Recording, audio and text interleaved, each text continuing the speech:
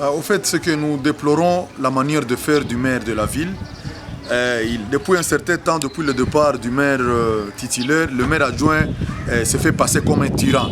Il cherche à intimider les activistes et on ne comprend pas comment est-ce que les citoyens qui sont en train de réclamer leurs droits fondamentaux, on peut les récancerer à l'auditorat militaire.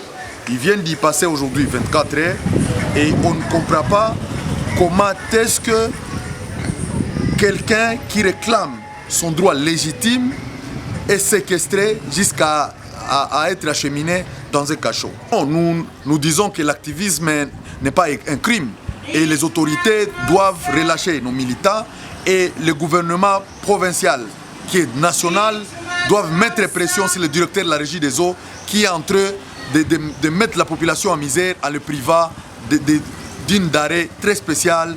Depuis un certain temps, le directeur de la régie des eaux privilégie les commerces de l'eau par camion-citerne en privant certains quartiers de Goma de l'eau potable.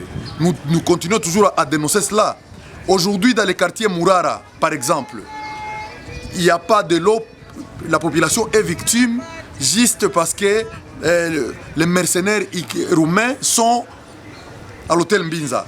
Mais comme la régie des eaux fournit de l'eau par camion-citerne à l'hôtel Mbinza, ils sont obligés de priver la population de cette partie-là de l'eau potable. Chose qu'on ne va pas accepter et nous pensons qu'on va faire pression jusqu'à ce que l'eau coule dans nos robinets. L'eau, c'est un droit fondamental et la Constitution, à son article 48, nous donne le droit d'accès à l'eau potable. Si le gouvernement est incapable de nous donner de l'eau, voilà pourquoi on a continué à appeler toute la population à des manifestations pacifiques jusqu'au départ du directeur de la régie des eaux parce qu'il est complice de notre malheur. Il commercialise l'eau au détriment de la population.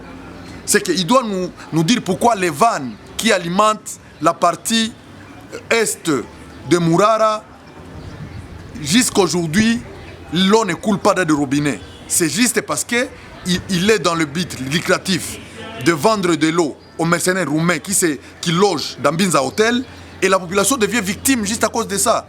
Parce qu'il y a un individu qui gère notre régie de distribution d'eau potable qui ne veut pas faire couler l'eau dans nos robinets parce qu'il veut gagner l'argent à la misère du peuple.